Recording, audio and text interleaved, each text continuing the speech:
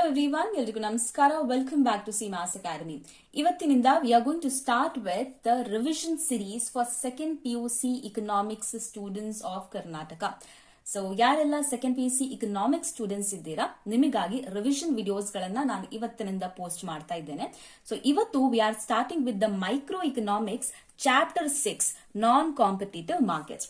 So ಈ ವಿಡಿಯೋದಲ್ಲಿ ಎಲ್ಲ 4 ಮಾರ್ಕ್ಸ್ ಕ್ವೆಶ್ಚನ್ ಗಳನ್ನ ಕವರ್ ಮಾಡ್ತೇನೆ. So basically this is going to be a revision video, ಹಾಗಾಗಿ ಒಂದು ಸ್ವಲ್ಪ ಫಾಸ್ಟ್ ಆಗಿ ಹೋಗ್ತೇನೆ.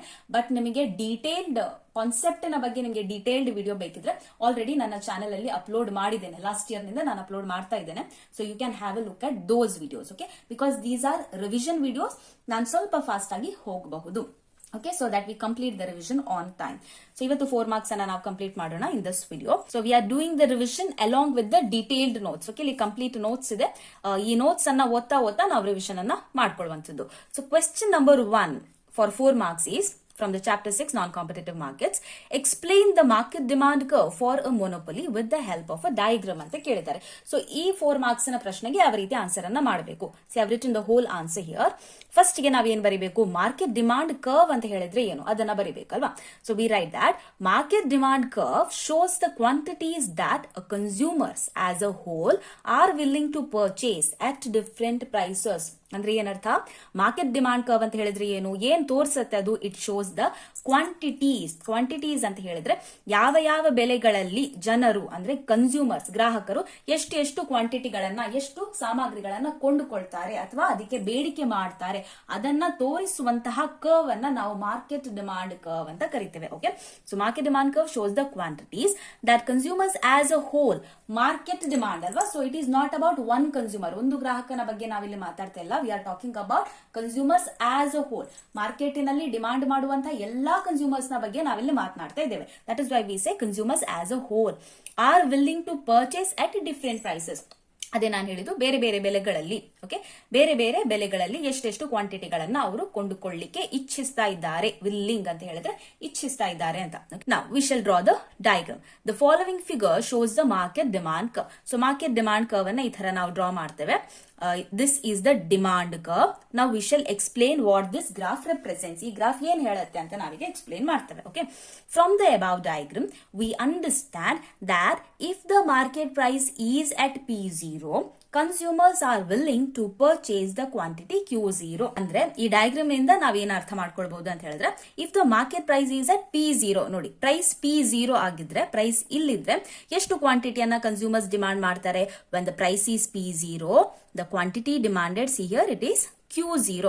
ಅಂದ್ರೆ ಇಷ್ಟು ಬೆಲೆಯಲ್ಲಿ ಇಷ್ಟೇ ಕ್ವಾಂಟಿಟಿಯನ್ನ ಡಿಮಾಂಡ್ ಮಾಡ್ತಾರೆ. ನಮಗೆ ಬೇಸಿಕ್ ಲಾ ಆಫ್ ಡಿಮಾಂಡ್ ಗೊತ್ತಿದೆ ಅಲ್ವಾ. What is the basic law of demand says? It says that higher the price lower is the demand. ಅಂದ್ರೆ ಬೆಲೆ ಹೆಚ್ಚಿದ್ರೆ ಬೇಡಿಕೆ ಕಡಿಮೆ ಇರುತ್ತೆ ಅಲ್ವಾ.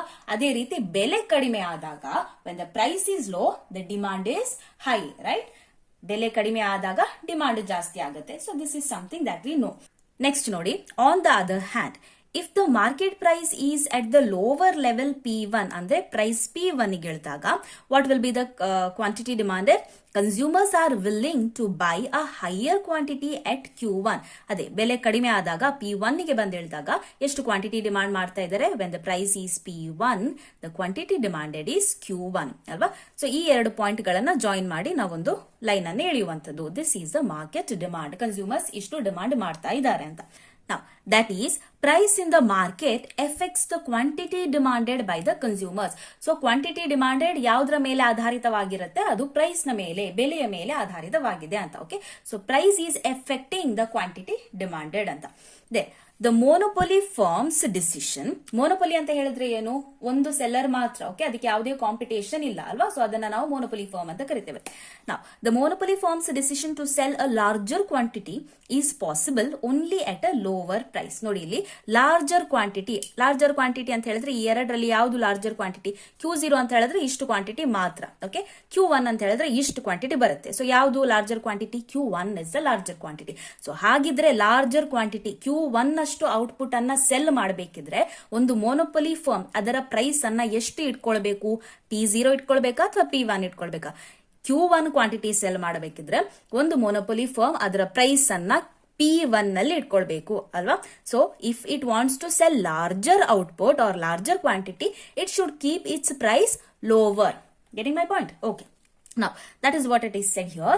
The monopoly firm's decision to sell a larger quantity is possible only at a lower price. Okay. If the monopoly firm brings a smaller quantity, ಒಂದು monopoly firm ಸ್ವಲ್ಪ ಕ್ವಾಂಟಿಟಿಯನ್ನ ಮಾರ್ಕೆಟಿಗೆ ತಂದ್ರೆ, let us say Q0, ಒಂದು ಸ್ವಲ್ಪ ಕ್ವಾಂಟಿಟಿಯನ್ನ ಮಾರ್ಕೆಟಿಗೆ ತಂದ್ರೆ ಏನಾಗುತ್ತೆ? So, if the monopoly firm brings a smaller quantity of the commodity into the market for sale, it will be able to sell at a higher price. So, ಒಂದು ಮೊನೊಪೊಲಿ firm ಸ್ವಲ್ಪ ಕ್ವಾಂಟಿಟಿಯನ್ನ ಅಂದ್ರೆ ಇಷ್ಟೇ ಕ್ವಾಂಟಿಟಿಯನ್ನ ಮಾರ್ಕೆಟಿಗೆ ತಂದ್ರೆ ಸೆಲ್ ಮಾಡ್ಲಿಕ್ಕೆ, ಅವಾಗ ಅದು ಹೈಯರ್ ಪ್ರೈಸ್ ಅಲ್ಲಿ ಸೆಲ್ ಮಾಡಬಹುದು. See it is very clearly visible. Q0 ಕ್ವಾಂಟಿಟಿಯಲ್ಲಿ ಪ್ರೈಸ್ ಎಷ್ಟಿದೆ ನೋಡಿ, P0 ಇದೆ ಅಂದ್ರೆ P0 is the higher price ಅಲ್ವಾ, P1 is the lower price, P0 is the higher price. So Q0 ಕ್ವಾಂಟಿಟಿಯಲ್ಲಿ ಅಂದ್ರೆ ಸ್ವಲ್ಪ ಕ್ವಾಂಟಿಟಿಯನ್ನ ಮಾರ್ಕೆಟಿಗೆ ತಂದ್ರೆ ಒಂದು ಮೊನೊಪೊಲಿ ಫರ್ಮ್ ಹೈಯರ್ ಪ್ರೈಸ್ ಅಲ್ಲಿ ಆ ಪ್ರಾಡಕ್ಟ್ ಗಳನ್ನ ಸೆಲ್ ಮಾಡಬಹುದು ಅಂತ ಅರ್ಥ. Thus, for the monopoly firm, the price depends on the quantity of the commodity sold. So, monopoly firm ಗೆ ಪ್ರೈಸ್ ಯಾವುದರ ಮೇಲೆ ಡಿಪೆಂಡ್ ಆಗಿರುತ್ತೆ ಅಂತ ಹೇಳಿದ್ರೆ quantity of the commodity sold. Okay, so ಎಷ್ಟು ಕ್ವಾಂಟಿಟಿ ಅದು ಸೆಲ್ ಮಾಡ್ತಾ ಇದೆ, ಎಷ್ಟು ಕ್ವಾಂಟಿಟಿ ಅದು ಮಾರ್ಕೆಟಿಗೆ ಸಪ್ಲೈ ಮಾಡ್ತಾ ಇದೆ, ಅದರ ಮೇಲೆ ಪ್ರೈಸ್ ಏನು ಡಿಪೆಂಡ್ ಆಗುತ್ತೆ ಅಂತ. Fine. Now, last one paragraph will write, thus, for the monopoly firm, the market demand curve expresses the price that the consumers are willing to pay for different quantities. So market demand curve ಒಂದು ಮೊನೊಪೊಲಿ ಫರ್ಮಿಗೆ ಅದು ಏನನ್ನ ಹೇಳುತ್ತೆ ಅಂತ ಹೇಳಿದ್ರೆ, consumers ಎಷ್ಟು price ಅನ್ನ, ಎಷ್ಟು ಬೆಲೆಯನ್ನ ಕೊಡ್ಲಿಕ್ಕೆ ತಯಾರಿದ್ದಾರೆ ಯಾವುದೇ ಒಂದು ವಸ್ತುವಿಗೆ, ಅದನ್ನ ಮಾರ್ಕೆಟ್ ಡಿಮಾಂಡ್ ಕರ್ವ್ ತೋರಿಸುತ್ತೆ ಅಂತ. ಓಕೆನಾ? Therefore a monopoly firm faces a market demand curve which is downward sloping. So what is the shape of our market demand curve? ನೋಡಿ ಇಲ್ಲಿ, this is the market demand curve and it is in downward sloping ಅಲ್ವಾ, ಕೆಳಗೆ ಇಳಿತಾ ಇದೆ. So that is why we say it is a downward sloping curve. Okay, so this is the first question for 4 marks. Now moving on to the second question. This is the calculation and it is very simple. Okay, very simple calculation question.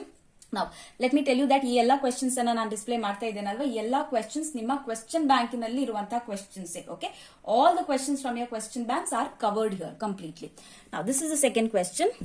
So second question ಅಲ್ಲಿ ಏನ್ ಕೇಳಿದ್ದಾರೆ, calculate TR and MR from the following table. So TR ಅಂತ ಹೇಳಿದ್ರೆ total revenue, MR ಅಂತ ಹೇಳಿದ್ರೆ marginal revenue. ಏನ್ ಕೊಟ್ಟಿದ್ದಾರೆ? Quantity ಕೊಟ್ಟಿದ್ದಾರೆ, 1 2 3 4 5 6 7 8 9 10. ಪ್ರೈಸ್ ಕೊಟ್ಟಿದ್ದಾರೆ for each of the quantity. Price is given. Now, you have to draw this table. We will require 4 columns, 4 ಕಾಲಮ್ಗಳು ಬೇಕು. First one will be the quantity, second one will be the price. So ಈ 2 ಕಾಲಮ್ಗಳನ್ನ ಅವರು question ಅಲ್ಲಿ ಕೊಟ್ಟಿದ್ದಾರೆ, ಅದಿದ್ದ ಹಾಗೆ ಬರೀರಿ. Next ಏನ್ calculate ಮಾಡಬೇಕು? ಟೋಟಲ್ ರೆವೆನ್ಯೂ ಅನ್ನ ಫೈಂಡ್ ಔಟ್ ಮಾಡಬೇಕಲ್ವಾ. So what is the formula of total revenue? ಎಷ್ಟು ಕ್ವಾಂಟಿಟಿ ಸೇಲ್ ಆಗ್ತಾ ಇದೆ into what is the price of the commodity. So Q into P or price into quantity is the formula for total revenue. Multiply ಮಾಡ್ತಾ ಹೋಗಿ. So third column is TR. PR is equal to price into quantity. ದಯವಿಟ್ಟು ಫಾರ್ಮುಲಾಗಳನ್ನ ಬರೀರಿ. Okay, write the formula, then do the calculations. How do we calculate for the first column? It is 1 into 100, 100. Next, 2 into 90, 180. 3 into 80, 240. ಅದೇ ತರ multiplication ಅನ್ನ ಮಾಡ್ತಾ ಹೋಗಿ. Last one is 10 into 10, 100. Okay, so ಎಲ್ಲ multiplication ಅನ್ನ ಮಾಡಿದ ನಂತರ ನನಗೆ ಟೋಟಲ್ ರೆವೆನ್ಯೂ ಕಾಲಮ್ ಸಿಕ್ತು. ನಾವು we shall calculate the fourth column, that is marginal revenue. So marginal revenue ಅಂತ ಹೇಳಿದ್ರೆ ಏನು? It is the change in the revenue for per unit change in the output ಅಲ್ವಾ. ಸೊ ಇದು 1 ಇಂದ 2, 2 ಇಂದ 3 ಈ ತರ ಕ್ವಾಂಟಿಟಿ ಇನ್ಕ್ರೀಸ್ ಆಗ್ತಾ ಹೋದಾಗ ನಮ್ಮ ರೆವೆನ್ಯೂ ಎಷ್ಟರ ಮಟ್ಟಿಗೆ ಚೇಂಜ್ ಆಗ್ತಾ ಬಂದಿದೆ, ಟೋಟಲ್ ರೆವೆನ್ಯೂ ಎಷ್ಟರ ಮಟ್ಟಿಗೆ ಚೇಂಜ್ ಆಗ್ತಾ ಬಂದಿದೆ, ಅದನ್ನ ತಿಳಿಸುವಂತದ್ದು ಯಾವುದು? Marginal revenue. So marginal revenue calculate ಮಾಡ್ಲಿಕ್ಕೆ ಫಾರ್ಮುಲಾ ಏನು? The formula is total revenue of the nth unit minus total revenue of the n-1 unit. Okay, I'll tell you in a very simple manner. Nodili, first one marginal revenue dash. Okay, it is there is no revenue generated first commodity ge. ಯಾಕೆಂತ ಹೇಳಿದ್ರೆ ಇಲ್ಲಿ ಯಾವುದೇ additional ಆಗಿ income ಇಲ್ಲ, first unit ಅಲ್ವಾ, ಹಾಗಾಗಿ marginal revenue is nil. Okay, every time, ಪ್ರತಿ ಬಾರಿಯೂ. Next one ಗೆ we can calculate marginal revenue. How do we calculate? 180, that is total revenue of the nth unit minus total revenue of n-1. n-1 ಅಂತ ಹೇಳಿದ್ರೆ ಇದರ previous value. So 180 minus 100 ಎಷ್ಟಾಯ್ತು? 80. ಗೊತ್ತಾಗ್ತಿದ್ಯಾ? Next one for the third unit, how will you calculate? Total revenue ಎಷ್ಟಿದೆ ನೋಡಿ for the third unit? 240 ಇದೆ ಅಲ್ವಾ. So that is TRN 240 minus TRN-1 ಅಂದ್ರೆ ಇದರ ಹಿಂದಿನ value, the previous value. 240 minus 180 ಎಷ್ಟಾಯ್ತು? 60. ಅದೇ ರೀತಿ for the fourth unit 280 minus 240, that is 40. For the next one, 300 minus 280, that is 20. Another, next one is 300 minus 300, ಎಷ್ಟಾಯ್ತು 0. Next one, 280 minus 300. Here you should be a little careful. Don't do 300 minus 280. It is 280 minus previous value 300. ಆಗ ಎಷ್ಟು ಬರುತ್ತೆ? minus 20 ಬರುತ್ತೆ. Don't skip the minus. Marginal revenues ನಮಗೆ negative value ಸಿಗುತ್ತೆ. Okay. So it is minus 20. Then 240 minus the previous value 280. ಎಷ್ಟು? minus 40. Next one ಗೆ 180 minus the previous value 240. That is minus 60. Last one, 100 minus 180, ಎಷ್ಟಾಯ್ತು? minus 80. So this is how we calculate the total revenue and marginal revenue. Moving on to the third question. Now the third question for 4 marks is briefly explain the monopolistic competitive market ಅಂತ ಕೇಳಿದ್ದಾರೆ. So ಮೋನೋಪೊಲಿ ಅಂತ ಹೇಳಿದ್ರೆ ನಮ್ಗೆ ಗೊತ್ತಿದೆ, monopoly ಅಂತ ಹೇಳಿದ್ರೆ there is only one seller ಅಲ್ವಾ, ಒಂದೇ ಸೆಲ್ಲರ್ ಇರ್ತಾನೆ, ತುಂಬಾ ಬೈಯರ್ಸ್ ಇರ್ತಾರೆ. One seller and there are large number of buyers. ಅದೇ ರೀತಿ ಪರ್ಫೆಕ್ಟ್ ಕಾಂಪಿಟೇಷನ್ ಕೂಡ ನಮ್ಗೆ ಗೊತ್ತಿದೆ. ಪರ್ಫೆಕ್ಟ್ ಕಾಂಪಿಟೇಷನ್ ಅಂತ ಹೇಳಿದ್ರೆ there are large number of buyers and large number of sellers selling homogeneous products, ಒಂದೇ ರೀತಿಯ ಪ್ರಾಡಕ್ಟ್ ಗಳನ್ನ ಅವರು ಮಾರಾಟ ಮಾಡ್ತಾರೆ. So that is perfect competition. ನಾವು ಮೋನೋಪೊಲಿಸ್ಟಿಕ್ ಕಾಂಪಿಟೇಷನ್ ಅಂತ ಹೇಳಿದ್ರೆ it is a combination of monopoly and perfect competition. So ಇದರಲ್ಲಿ ಮೋನೋಪೊಲಿಯ ಫೀಚರ್ಸ್ ಗಳು ಕೂಡ ಇದೆ, ಪರ್ಫೆಕ್ಟ್ ಕಾಂಪಿಟೇಷನ್ ನ ಫೀಚರ್ ಕೂಡ ಇದೆ. ಸೊ ಎರಡನ್ನ ಮಿಕ್ಸ್ ಮಾಡಿದ್ರೆ ಅದು ಮೋನೋಪೊಲಿಸ್ಟಿಕ್ ಕಾಂಪಿಟೇಷನ್ ಆಗುತ್ತೆ. Now we have to write about monopolistic competitive market. Now let us see how to write the answer. See, a market structure where the number of firms is large, ಅಂದ್ರೆ ತುಂಬಾ firms ಇರುತ್ತೆ. There is free entry and exit of firms. ಯಾವ firms ಗಳು ಯಾವಾಗ ಬೇಕಾದ್ರೂ entry ಆಗಬಹುದು, ಅದೇ ರೀತಿ ಯಾವಾಗ ಬೇಕಾದ್ರೂ ಎಕ್ಸಿಟ್ ಆಗಬಹುದು, ಹೊರಗಡೆ ಹೋಗಬಹುದು. Okay, but the goods produced by them are not homogeneous. Homogeneous ಅಂತ ಹೇಳಿದ್ರೆ ಸಿಮಿಲರ್, ಒಂದೇ ರೀತಿಯ ಪ್ರಾಡಕ್ಟ್ ಗಳು. ಓಕೆ, ಬಟ್ ಇಲ್ಲಿ ಮೊನೋಪೊಲಿಸ್ಟಿಕ್ ಕಾಂಪಿಟೇಷನ್ ಅಲ್ಲಿ the goods produced by the firms are not homogeneous, ಅಂದ್ರೆ ಒಂದು ಪ್ರಾಡಕ್ಟ್ ಇನ್ನೊಂದು ಪ್ರಾಡಕ್ಟ್ ಗೆ ವ್ಯತ್ಯಾಸ ಇರುತ್ತೆ, which means there is product differentiation. Just for example, ಈ ಅಪ್ಸರಾ ಪೆನ್ಸಿಲ್ ಇದೆ, ಅದೇ ರೀತಿ ನಟರಾಜ್ ಪೆನ್ಸಿಲ್ ಕೂಡ ಇದೆ. ಬಟ್ ಈ ಪೆನ್ಸಿಲ್ ಗಳನ್ನ ನೋಡಿದಾಗ ನಾವು ಕಂಡು ಹಿಡಿಬಹುದಲ್ವಾ ಯಾವ್ದು ನಟರಾಜ್ ಪೆನ್ಸಿಲ್, ಯಾವ್ದು ಅಪ್ಸರಾ ಪೆನ್ಸಿಲ್ ಅಂತ. ಇದನ್ನ ನಾವು ಪ್ರಾಡಕ್ಟ್ ಡಿಫರೆನ್ಸಿಯೇಷನ್ ಅಂತ ಕರಿತೇವೆ. ಓಕೆ, ಪ್ರಾಡಕ್ಟ್ ಗಳಲ್ಲಿ ಡಿಫರೆನ್ಸಸ್ ಇದೆ ಅಂದ್ರೆ ನಾವು ವ್ಯತ್ಯಾಸಗಳನ್ನ ಈಸಿಯಾಗಿ ಕಂಡು ಹಿಡಿಯಬಹುದು. So the products here are not homogeneous. Homogeneous ಅಂತ ಹೇಳಿದ್ರೆ ಸೇಮ್, ನಾಟ್ ಹೋಮೋಜಿನಸ್ ಅಂತ ಹೇಳಿದ್ರೆ ಸೇಮ್ ಅಲ್ಲ ಅಂತ. Okay, now such a market structure is called as monopolistic competitive market. So ಇದನ್ನ ನಾವು monopolistic competitive market ಅಂತ ಕರೀತೇವೆ. Now we'll give an example.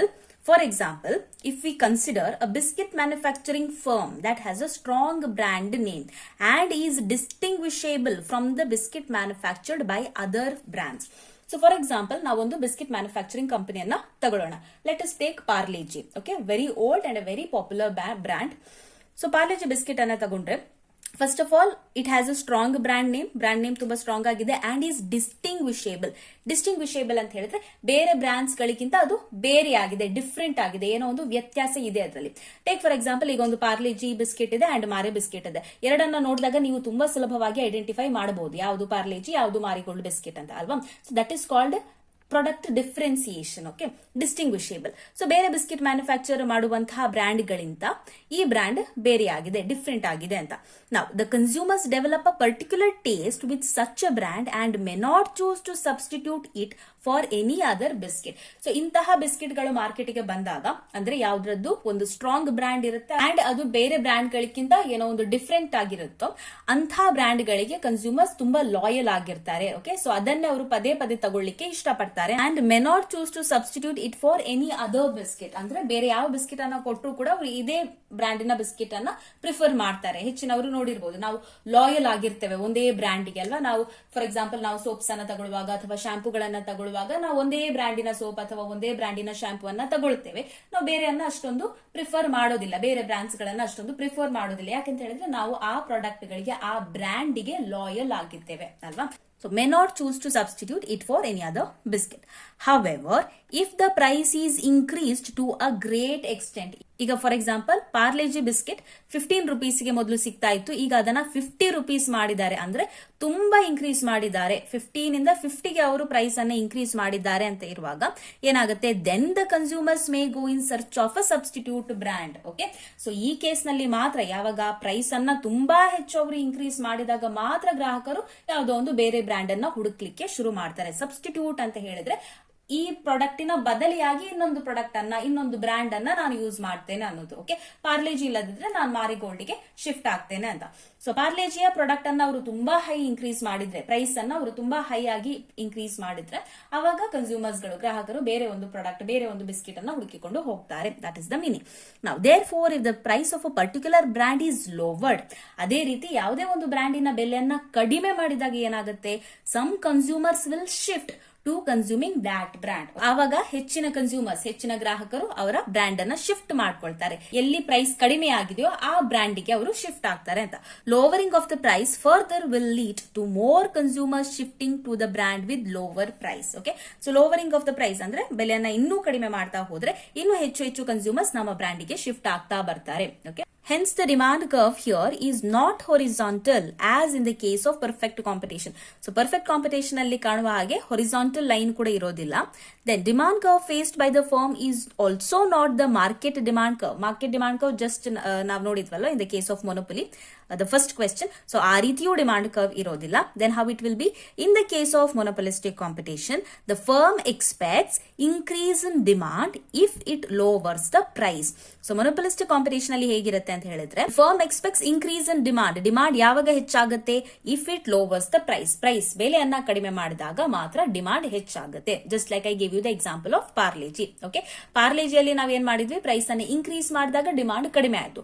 ಅದೇ ರೀತಿ ಪ್ರೈಸ್ ಅನ್ನ ಕಡಿಮೆ ಮಾಡಿದ್ರೆ ಡಿಮಾಂಡ್ ಹೆಚ್ಚಾಗುತ್ತೆ. Okay, so this firm therefore has a downward sloping demand curve. So ಇಲ್ಲಿ ಡಿಮಾಂಡ್ ಕರ್ವ್ ಹೇಗಿರುತ್ತೆ, the demand curve will be a downward sloping demand curve. ಈ ತರ. Okay, downward sloping demand curve.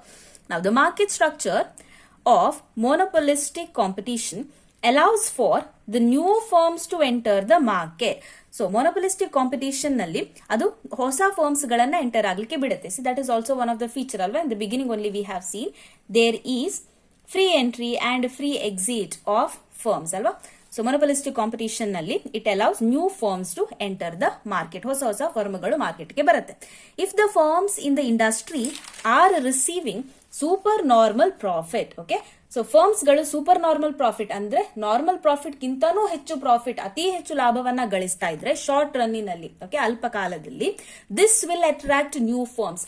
ನೋಡಿ, ಎಲ್ಲಾ ಫರ್ಮ್ಸ್ ಗಳು super normal profit ಅಂದ್ರೆ normal profit ಗಿಂತಾನು ತುಂಬಾ ಹೆಚ್ಚು ಪ್ರಾಫಿಟ್ ಅನ್ನ ಗಳಿಸ್ತಾ ಇರುವಾಗ ಬೇರೆ ಫರ್ಮ್ಸ್ಗೂ ಕೂಡ ಇಂಟ್ರೆಸ್ಟ್ ಬರುತ್ತೆ, ನಾವು ಕೂಡ ಈ ಇಂಡಸ್ಟ್ರಿಯನ್ನ ಜಾಯಿನ್ ಮಾಡ್ಕೊಳ್ಳೋಣ, ನಾವು ಕೂಡ ಏನಾದ್ರೂ ಹೊಸ ಪ್ರಾಡಕ್ಟ್ ಅನ್ನ ಲಾಂಚ್ ಮಾಡೋಣ ಅಂತ. ಓಕೆ, ಸೊ ಅವಾಗ ಹೊಸ ಫರ್ಮ್ ಗಳು ಅಟ್ರಾಕ್ಟ್ ಆಗ್ತಾರೆ, ಹೊಸ ಫರ್ಮ್ಸ್ ಗಳು ಬರ್ತಾ ಇರ್ತಾರೆ ಅಂತ.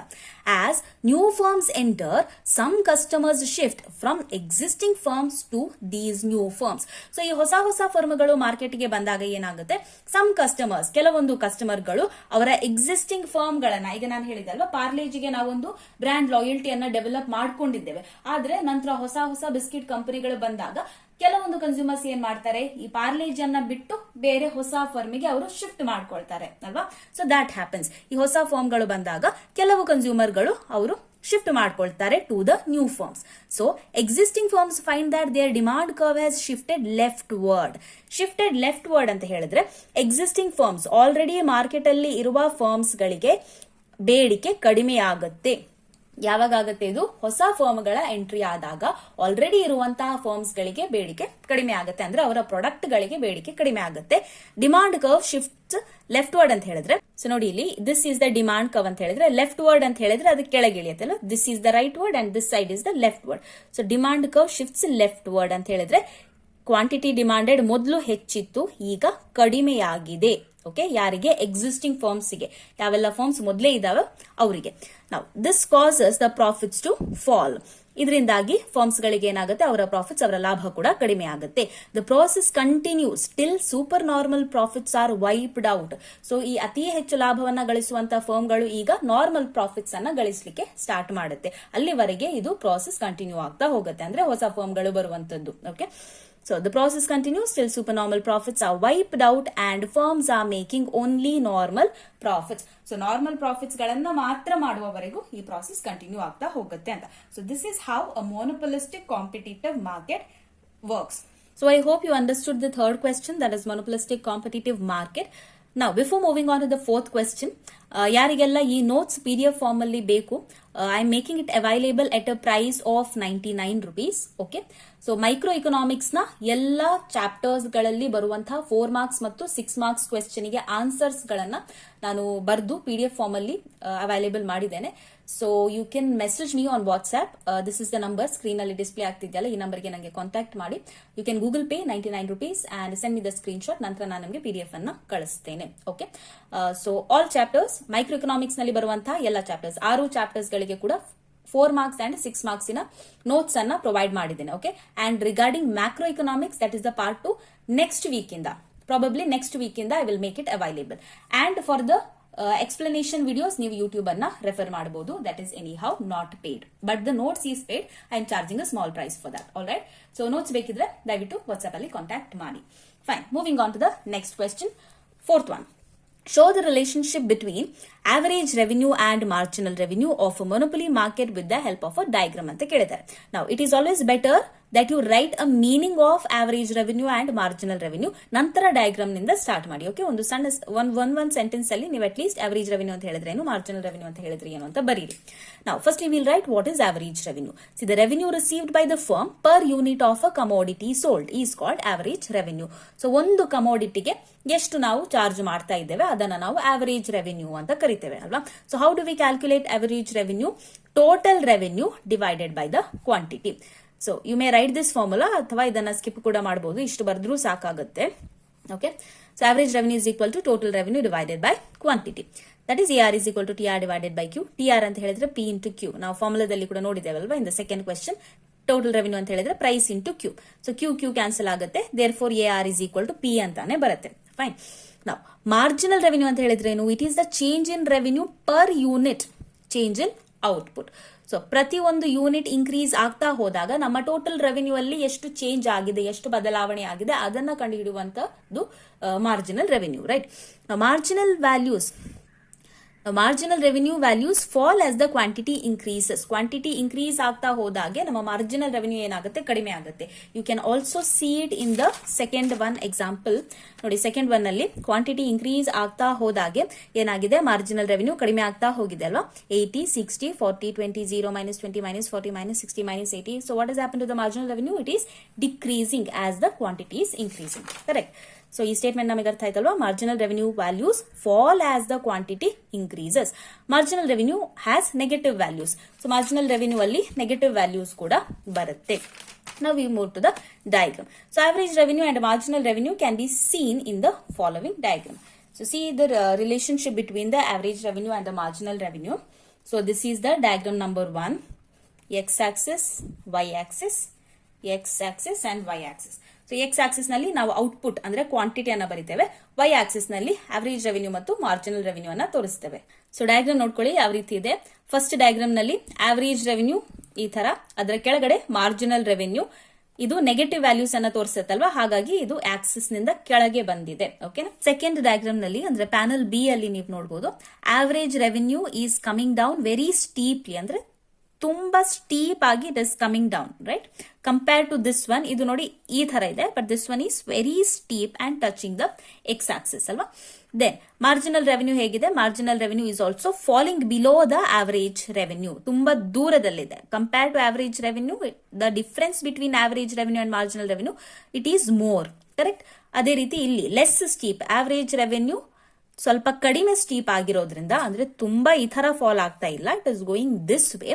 ಆವಾಗ distance between marginal revenue and average revenue, vertical distance ಇದೆಯಲ್ಲ, ಇದನ್ನ ನಾವು ವರ್ಟಿಕಲ್ ಲೈನ್ ಅಂತ ಕರಿತೇವೆ, ವರ್ಟಿಕಲ್ ಡಿಸ್ಟೆನ್ಸ್ ಇದು ಕಡಿಮೆ ಇರುತ್ತೆ.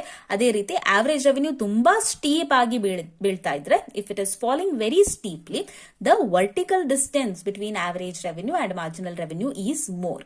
ಸೊ ಅದನ್ನೇ ನಾವು ಎಕ್ಸ್ಪ್ಲನೇಷನ್ ಗೆ ಬರುವಂತದ್ದು. Let's see what is return.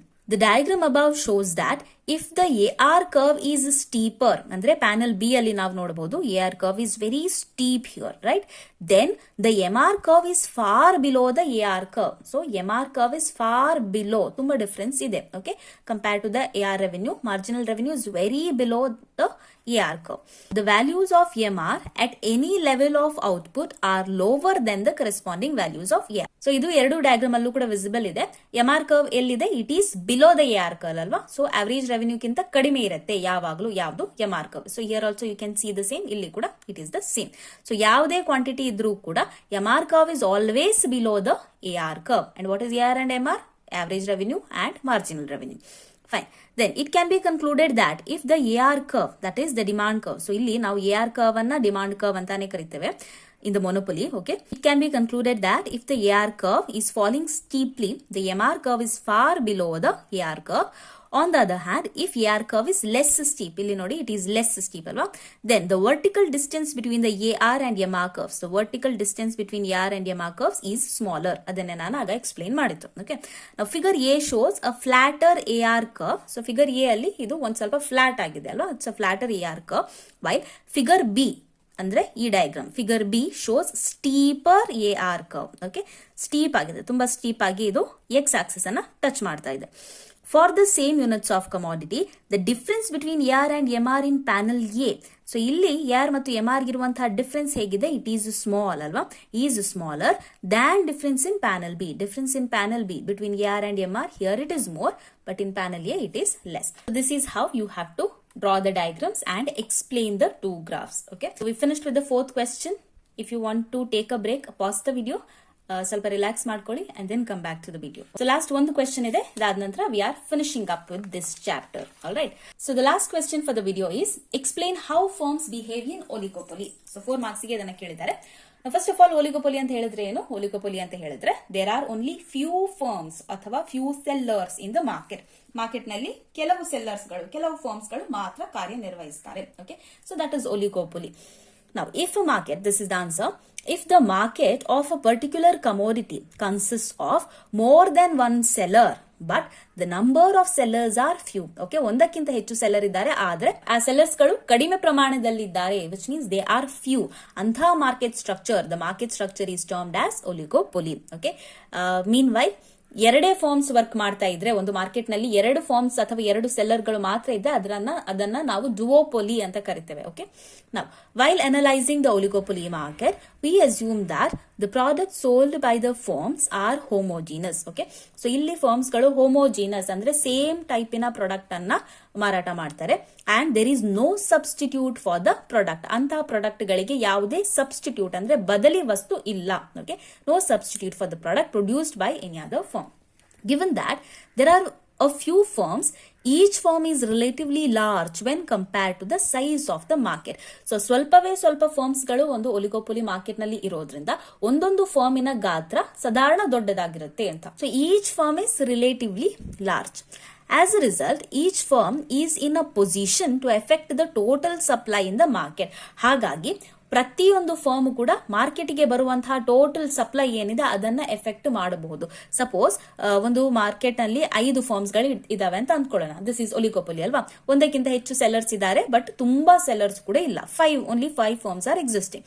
So ಪ್ರತಿಯೊಂದು ಫರ್ಮ್ ಕೂಡ 100 ಯೂನಿಟ್ಸ್ ಅನ್ನ ಸಪ್ಲೈ ಮಾಡ್ತಾ ಇದೆ ಮಾರ್ಕೆಟ್ಗೆ. ಯಾವುದೋ ಒಂದು ಕಮೋಡಿಟಿಯನ್ನ ನೀವು ಎಕ್ಸಾಂಪಲ್ ಆಗಿ ತೆಗೆದುಕೊಳ್ಬಹುದು. ಪ್ರತಿಯೊಂದು ಫರ್ಮ್ಸ್ ಕೂಡ 100 ಯೂನಿಟ್ಸ್ ಅನ್ನ ಮಾರ್ಕೆಟ್ಗೆ ಸಪ್ಲೈ ಮಾಡ್ತಾ ಇದ್ದಾರೆ ಅಂತ ಹೇಳಿದ್ರೆ ಟೋಟಲ್ ಆಗಿ ಮಾರ್ಕೆಟಿನ ಸಪ್ಲೈ ಎಷ್ಟಾಯ್ತು, ಮಾರ್ಕೆಟ್ಗೆ ಬರುವಂತಹ ಸಪ್ಲೈ ಎಷ್ಟಾಯ್ತು? 500 ಅಲ್ವಾ.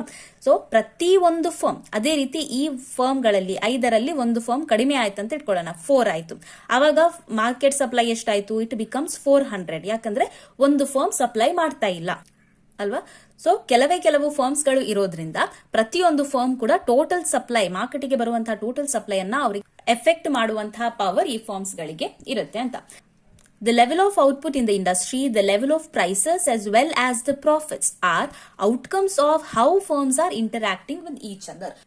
ಸೊ ಅಂದ್ರೆ ಒಂದು ಒಲಿಗೋಪೊಲಿಯಲ್ಲಿ ನಾವು ಕಾಣುವಂತಹ ಪ್ರೈಸಸ್ ಇರಬಹುದು, ಲೆವೆಲ್ ಆಫ್ ಔಟ್ಪುಟ್ ಇರಬಹುದು, ಇದೆಲ್ಲ ಯಾವ ರೀತಿ ಡಿಸೈಡ್ ಆಗುತ್ತೆ ಅಂತ ಹೇಳಿದ್ರೆ it is decided by the interaction with each other. ಈ 5 ಫರ್ಮ್ಸ್ ನನಗೆ ಎಕ್ಸಾಂಪಲ್ ಏನ್ ಕೊಟ್ಟಿದೆ ನೋಡಿ, ಈ 5 ಫರ್ಮ್ಸ್ ಗಳು ಯಾವ ರೀತಿ ಇಂಟರಾಕ್ಟ್ ಮಾಡ್ತವೆ ಅದರ ಮೇಲೆ ಇದು ಡಿಪೆಂಡ್ ಆಗಿರುತ್ತೆ. ಯಾವ್ದೆಲ್ಲ ಪ್ರಾಫಿಟ್ಸ್ ಇರಬಹುದು ಅಥವಾ ಫರ್ಮಿನ ಔಟ್ಕಮ್ ಗಳಿರಬಹುದು, ಪ್ರೈಸ್ ಲೆವೆಲ್ ಗಳಿರ್ಬೋದು, ಇದೆಲ್ಲ ಈ 5 ಫರ್ಮ್ಸ್ ಗಳು ಯಾವ ರೀತಿ ಇಂಟರಾಕ್ಟ್ ಮಾಡ್ತಾ ಇದ್ದಾವೆ ಅದರ ಮೇಲೆ ಡಿಪೆಂಡ್ ಆಗುತ್ತೆ.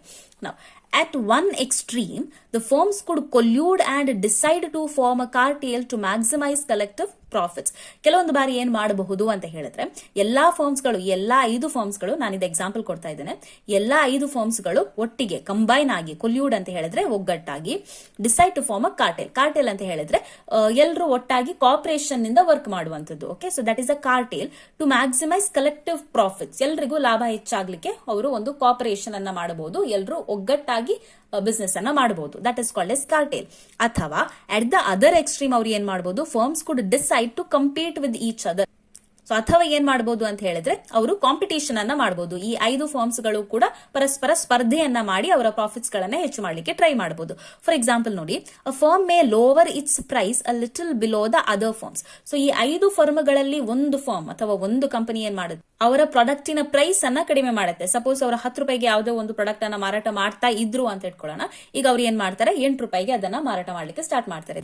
they will start selling their product at rupees 8. okay, 8 rupees ಗೆ ಸೆಲ್ ಮಾಡ್ತಾರೆ. ಅವಾಗ ಏನಾಗುತ್ತೆ ನೋಡಿ, in order to attract away their customers, ಅಂದ್ರೆ ಬೇರೆ ಫಾರ್ಮ್ಸ್ ಗೆ ಹೋಗ್ತಾ ಇರುವಂತಹ ಕಸ್ಟಮರ್ಸ್ ಗಳು ಕೂಡ ನಮಗೆ ಬರಲಿ ಅಂತ ಹೇಳಿ ಏನ್ ಮಾಡಿದ್ದಾರೆ, ಅವರು ಅವರ ಪ್ರೈಸ್ ಅನ್ನ ಕಡಿಮೆ ಮಾಡಿದ್ದಾರೆ ಅಲ್ವಾ, in order to attract away their customers. Obviously the other firms would also do the same. So ಇಲ್ಲಿ ಏನಾಗುತ್ತೆ ನೋಡಿ, ಈ 5 ಫರ್ಮ್ ಗಳಲ್ಲಿ ಒಂದು ಫರ್ಮ್ 10 ರೂಪಾಯಿಗೆ ಮಾರಾಟ ಮಾಡ್ತಾ ಇದ್ದಂತ ಒಂದು ಪ್ರಾಡಕ್ಟ್ ನ ಬೆಲೆಯನ್ನ ಅದು 8 ರೂಪಾಯಿಗೆ ಇಳಿಸುತ್ತೆ ಅಂತ ಹೇಳಿದಾಗ ಉಳಿದ 4 ಫರ್ಮ್ಸ್ ಗಳು ಸುಮ್ನೆ ಕುತ್ಕೊಳ್ತಾರ, ಅವರು ಏನ್ ಮಾಡ್ತಾರೆ, ಅವರು ಕೂಡ ಅವರ ಪ್ರೈಸ್ ಅನ್ನ ಕಡಿಮೆ ಮಾಡ್ತಾರೆ ಅಲ್ವಾ, ಅವರು ಕೂಡ ಕಸ್ಟಮರ್ಸ್ ಅನ್ನ ಅಟ್ರಾಕ್ಟ್ ಮಾಡ್ತಾರೆ. ಸೊ ಒಂದು ಫರ್ಮ್ 8 ರೂಪಾಯಿಗೆ ಒಂದು ಪ್ರಾಡಕ್ಟ್ ಅನ್ನ ಮಾರ್ತಾ ಇದೆ ಅಂತ ಹೇಳಿದ್ರೆ ಇನ್ನೊಂದು ಫರ್ಮ್ 7 ರೂಪೀಸ್ಗೆ ಮಾಡುತ್ತೆ, ಇನ್ನೊಂದು ಫರ್ಮ್ ಏನ್ ಮಾಡುತ್ತೆ 6 ರೂಪೀಸ್ಗೆ ಮಾಡುತ್ತೆ, ಇನ್ನೊಂದು ಫರ್ಮ್ 4 ರೂಪೀಸ್ಗೆ ಮಾಡ್ತಾರೆ. ಸೊ ಇದೇ ರೀತಿ ಕಾಂಪಿಟೇಷನ್ ಅನ್ನ ಅವರು ಮಾಡ್ತಾ ಹೋಗ್ತಾರೆ. So obviously the other firms would also do the same. So the market price keeps falling as long as the firms keep undercutting each other's prices. So ಇದು undercutting of prices. ನೋಡಿ, ಒಬ್ಬ 8 ರೂಪಾಯಿಗೆ ಮಾರ್ತಾ ಇದ್ದಾನೆ ಅಂತ ಹೇಳಿದ್ರೆ ನಾನು 7 ರೂಪೀಸ್ಗೆ ಮಾರ್ತೇನೆ, ಅದನ್ನ ನೋಡಿ ಇನ್ನೊಬ್ರು ಏನ್ ಮಾಡ್ತಾರೆ 6 ರೂಪೀಸ್ಗೆ ಮಾರ್ತಾರೆ. This is called as undercutting the prices. Competition, ತೀರಾ competition, fierce competition. Okay, now if this process continues, ಇದೇ ರೀತಿ ಕಂಟಿನ್ಯೂ ಆಗ್ತಾ ಹೋದ್ರೆ ಏನಾಗುತ್ತೆ, price will fall down to its marginal cost ನವರೆಗೂ ಕೂಡ ನಮ್ಮ ಪ್ರೈಸ್ ಬೀಳುತ್ತೆ. ನಾವು ಕನ್ಕ್ಲೂಡಿಂಗ್ ಪಾರ್ಟ್, ಕನ್ಕ್ಲೂಷನ್ ಅಲ್ಲಿ ನಾವೇನ್ ಬರೀತೇವೆ, it is difficult to achieve complete cooperation. So ಈ ಪ್ಯಾರಾಗ್ರಾಫ್ ನಲ್ಲಿ ನಾವು 2 ಮೆಥಡ್ಸ್ ಅನ್ನ ಹೇಳ್ತೇವೆ. ಈ ಎಲ್ಲಾ ಫರ್ಮ್ಸ್ ಗಳು ಕೋಆಪರೇಷನ್, ಸಹಕಾರವನ್ನ ಮಾಡಿಕೊಂಡು ಅವರ ಪ್ರಾಫಿಟ್ಸ್ ಗಳನ್ನ ಮ್ಯಾಕ್ಸಿಮೈಸ್ ಮಾಡ್ಲಿಕ್ಕೆ ಟ್ರೈ ಮಾಡಬಹುದು, ಅಥವಾ ಒಬ್ಬರಿಗೊಬ್ರು ಸ್ಪರ್ಧೆಯನ್ನ ಮಾಡಿಕೊಂಡು, ಕಾಂಪಿಟೇಷನ್ ಅನ್ನ ಮಾಡಿಕೊಂಡು ಪ್ರಾಫಿಟ್ಸ್ ಮ್ಯಾಕ್ಸಿಮೈಸ್ ಮಾಡ್ಲಿಕ್ಕೆ ಟ್ರೈ ಮಾಡಬಹುದು. ಕನ್ಕ್ಲೂಷನ್ ಅಲ್ಲಿ ಏನ್ ಬರೀತೇವೆ ಅಂತ ಹೇಳಿದ್ರೆ, it is difficult to achieve complete cooperation in the real world. ಪ್ರಸ್ತುತ ಯುಗದಲ್ಲಿ ಕಂಪ್ಲೀಟ್ ಆಗಿ ಸಹಕಾರವನ್ನ ಯಾವ ಫರ್ಮ್ಸ್ ಗಳು ಕೂಡ ಕೊಡೋದಿಲ್ಲ. ಓಕೆ, ಸೊ ಕಂಪ್ಲೀಟ್ ಕೋಆಪರೇಷನ್ ಅನ್ನು ಅಚೀವ್ ಮಾಡ್ಲಿಕ್ಕೂ ಸಾಧ್ಯ ಇಲ್ಲ. ಬಟ್ ಅದೇ ರೀತಿ on the other hand fierce competition between the firms, ಅಂದ್ರೆ ತೀರಾ ಸ್ಪರ್ಧೆಯನ್ನ ಮಾಡ್ಕೊಂಡ್ರು ಕೂಡ it will be harmful to their own profits, ಅವರದೇ ಲಾಭ ಕಡಿಮೆ ಆಗುತ್ತೆ. ಜಸ್ಟ್ ನಾವು ಈ ಸಾನ 8 ರೂಪೀಸ್ಗೆ ಮಾರ್ತಾ ಇದ್ರೆ ಇನ್ನೊಬ್ಬ 7ಗೆ ಮಾರುವಂತದ್ದು, ಪ್ರೈಸ್ ಅನ್ನ ತುಂಬಾ ಕಡಿಮೆ ಮಾಡ್ತಾ ಹೋದ್ರೆ ಕಾಂಪಿಟೇಷನ್ ನಿಂದಾಗಿ ನಮ್ಮ ಪ್ರಾಫಿಟ್ಸ್ ಗಳಿಗೆ ಅದು ಹಾನಿ ಆಗುತ್ತೆ ಅಲ್ವಾ. ಸೊ ಅದಕ್ಕಾಗಿ ಏನ್ ಹೇಳ್ತೇವೆ, so oligopolistic equilibrium is likely to lie somewhere between the 2 extremes. So oligopoly market ನಲ್ಲಿ ಅದು ಮೊನೊಪೊಲಿಯನ್ನ ಕೂಡ ಕಂಪ್ಲೀಟ್ ಆಗಿ ಫಾಲೋ ಮಾಡೋದಿಲ್ಲ, ಪರ್ಫೆಕ್ಟ್ ಕಾಂಪಿಟೇಷನ್ ಅನ್ನ ಕೂಡ ಕಂಪ್ಲೀಟ್ ಆಗಿ ಫಾಲೋ ಮಾಡೋದಿಲ್ಲ. ಮೊನೊಪೊಲಿ ಮತ್ತು ಪರ್ಫೆಕ್ಟ್ ಕಾಂಪಿಟೇಷನ್ ನ ನಡುವೆಯಲ್ಲಿಯೋ ಒಲಿಗೋಪೊಲಿಸ್ಟಿಕ್ ಈಕ್ವಿಲಿಬ್ರಿಯಂ ಇರುತ್ತೆ ಅಂತ. Okay, so this is the concluding paragraph. So the oligopolistic equilibrium is likely to lie somewhere between the 2 extremes of monopoly and perfect competition. So yes, that was all for today's video. Chapter 6 non-competitive markets ನಲ್ಲಿ ಕೇಳುವಂತಹ ಎಲ್ಲ 4 marks question. So total ಆಗಿ 5 4 marks question ಇದೆ. ಎಲ್ಲ 5 4 marks question ಅನ್ನ ನಾವು ಈ ವಿಡಿಯೋದಲ್ಲಿ ರಿವೈಸ್ ಮಾಡಿದ್ದೇವೆ. Okay, and for all those students who want this handwritten notes in PDF form, kindly WhatsApp ಅಲ್ಲಿ ಕಾಂಟ್ಯಾಕ್ಟ್ ಮಾಡಿ. You can avail it at a price of 99 through GPay. Alright, so that is all for today's video. Again, thank you so much for watching. Content useful ಆಗ್ತಾ ಇದೆ ಅಂತ ಹೇಳಿದ್ರೆ ದಯವಿಟ್ಟು channel ಅನ್ನ subscribe ಮಾಡಿ, like ಮಾಡಿ, share ಮಾಡಿ, comment ಮಾಡಿ. See you in the next video with the 6 marks questions. Alright, till then, take care. Bye. Namaste.